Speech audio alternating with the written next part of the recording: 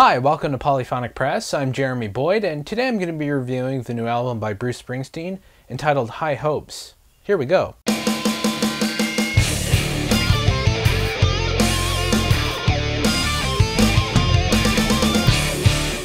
So I'm sure I don't need to tell you who Bruce Springsteen is, but in case you don't know, he's a legendary singer-songwriter whose career has spanned over 40 years. His longtime band, the E Street Band, has backed him up ever since the beginning. Although they disbanded in the late 1980s, they reformed in 1999 and have been Bruce Springsteen's touring band ever since. Bruce Springsteen has been very prolific in his career, and this is his 18th studio album and is called High Hopes. And this album starts off with the title track, High Hopes, which is also the first single from the album. It starts off with his chugging kind of percussive kind of thing, and immediately you hear Tom Morello's guitar, which is unmistakable. He has a very distinctive way of playing, and you can hear his influence throughout this track. During the chorus you hear this horn section, which kind of gives it this Spanish sort of swing feel, which really kind of works to contrast the rest of the song. The guitar solo in this track is very well done. My first impression of this song was their performance on Late Night with Jimmy Fallon, and for whatever reason Tom Morello wasn't playing the guitar solo that was recorded. He was playing something different. It's very out of rhythm and out of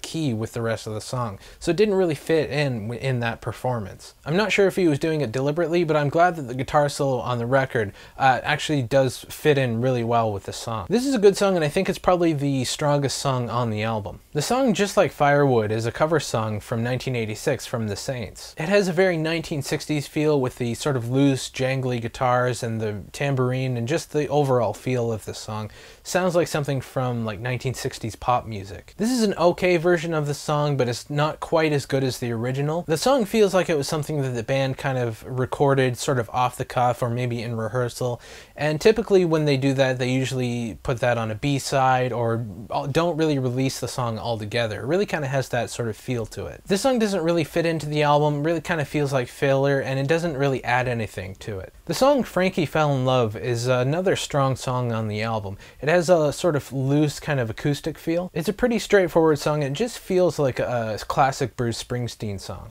The unfortunate thing is, along with the title track, these two songs really are the only times on this album where the songs really kind of feel like they fit in and they know exactly what they're doing and know exactly the purpose that they serve. I feel like this song is the start of a stream of really great songwriting from Bruce Springsteen, but never really quite got there. And I think if this album had gone in the direction that this song kind of promises it would have, this song might have been one of the lesser songs on a sort of average Bruce Springsteen song, with a lot of really great songs on it. And at this point in the album you really kind of feel like this album could have gone somewhere, but it just doesn't, and it has a lot of filler on it. The song The Ghost of Tom Joad is actually a song that was recorded in 1995 on Bruce Springsteen's album of the same name. To me, this song appearing on this album is kind of unnecessary. There are a few songs on this album that were previously recorded and released by Bruce Springsteen, but this is the most prominent one. It's not unheard of for artists to re-record old songs, but usually they're reserved for like compilation albums like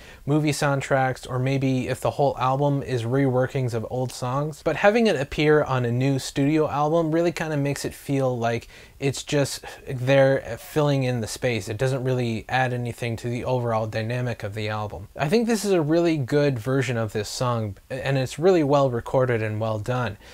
I just don't know if it fits in with a new studio album, if that makes any sense. And the album ends with the song Dream Baby Dream, which is another cover from the band Suicide. And again, it kind of showcases the album's lack of inspiration to come up with a really good original song. Just like the other cover on this album, it really kind of feels like it was recorded sort of after the fact or just off the cuff, and it feels like it should have been maybe delegated to a B-side or something. Again, I like this song, and I like Bruce Springsteen's version of this song.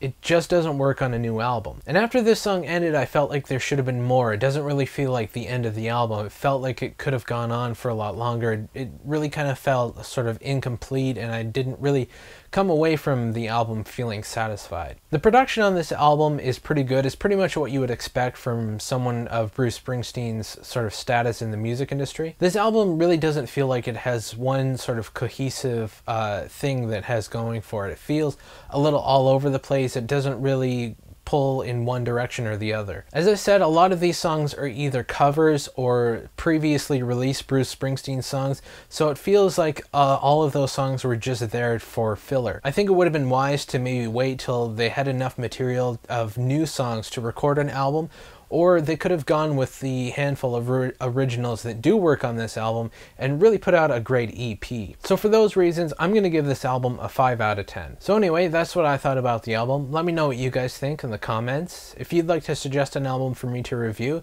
please leave that in the comments as well. Be sure to subscribe so you know when we post a new video. Don't forget to check us out on Twitter and Facebook, and that's about it. Take it easy.